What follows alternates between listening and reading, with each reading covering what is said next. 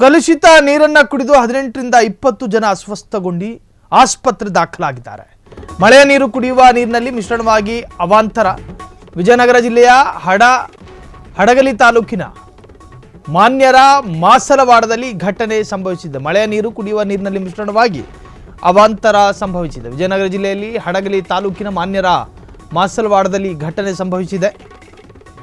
ಮಾನ್ಯರ ಮಾಸಲವಾಡಕ್ಕೆ ಶಾಸಕರ ಭೇಟಿ, ಜನರ ಆರೋಗ್ಯ ವಿಚಾರಣೆ. ಅಸ್ವಸ್ಥಗೊಂಡಿದ್ದಾರೆ 15ರಿಂದ 20 ಜನ ಅಸ್ವಸ್ಥಗೊಂಡಿದ್ದಾರೆ. ಮಳೆಗಾಲ ಅಂತ ಗೊತ್ತಿದ್ರೂ ಯಾಕೆ ಮುಂಜಾಗ್ರತೆ ಕೈಗೊಂಡಿಲ್ಲ ಅಂತ ಗರಂ ಆಗಿದ್ದಾರೆ. ಹಡಗಲಿ THO ಸ್ವಪ್ನ ಕಡ್ಡಿಗೆ ಕ್ಲಾಸ್ ತಗೊಂಡ ಶಾಸಕ ಕೃಷ್ಣ ನಾಯಕ್. ಈ ಬೆನ್ನಲ್ಲೇ ಮನೆ ಮನೆಗೆ ಆರೋಗ್ಯ ಇಲಾಖೆ ಅಧಿಕಾರಿಗಳ ಭೇಟಿ, ಜಾಗೃತಿ. ನೀರನ್ನ ಕಾಯಿಸಿ ಆರಿಸಿ ಕುಡಿಯುವಂತೆ ಜಾಗೃತಿ ಮೂಡಿಸ್ತಾ ಇರುವಂತ ಆರೋಗ್ಯ ಸಿಬ್ಬಂದಿ.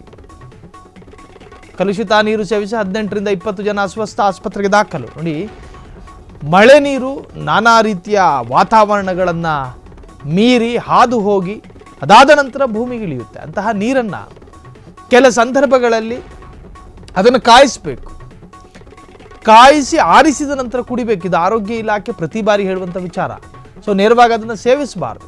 ಸೊ ಶುದ್ಧ ನೀರಿಗೆ ಮಳೆಗಾಲದ ಮಳೆ ನೀರು, ಅದರಲ್ಲೂ ಕೂಡ ಮನೆಯನ್ನು ಹಾದು ಬರೋದ್ರಿಂದಾಗಿ ಮನೆಯ ಹೆಂಚಿನಿಂದ ಸಾಕಷ್ಟು ಬ್ಯಾಕ್ಟೀರಿಯಾಗಳಿರ್ತವೆ. ಅದನ್ನೆಲ್ಲ ಅದು ಆವರಿಸ್ಕೊಂಡು ಅದು ಶುದ್ಧ ನೀರಿಗೆ ಮಿಶ್ರಿತ ಆದಾಗ ಆರೋಗ್ಯದಲ್ಲಿ ಏರುಪೇರು ಸಹಜ. ಸೊ ಈಗಾಗಲೇ ಅಧಿಕಾರಿಗಳು ಕೂಡ ಜಾಗೃತಿ ಮೂಡಿಸುವಂಥ ಪ್ರಯತ್ನ ಮಾಡ್ತಾ ಇದ್ದಾರೆ. ನೀರನ್ನು ಕಾಯಿಸಿ ಆರಿಸಿ ಕುಡಿಯುವಂತೆ ಜಾಗೃತಿ ಮೂಡಿಸ್ತಾ ಇರುವಂಥ ಆರೋಗ್ಯ ಸಿಬ್ಬಂದಿ.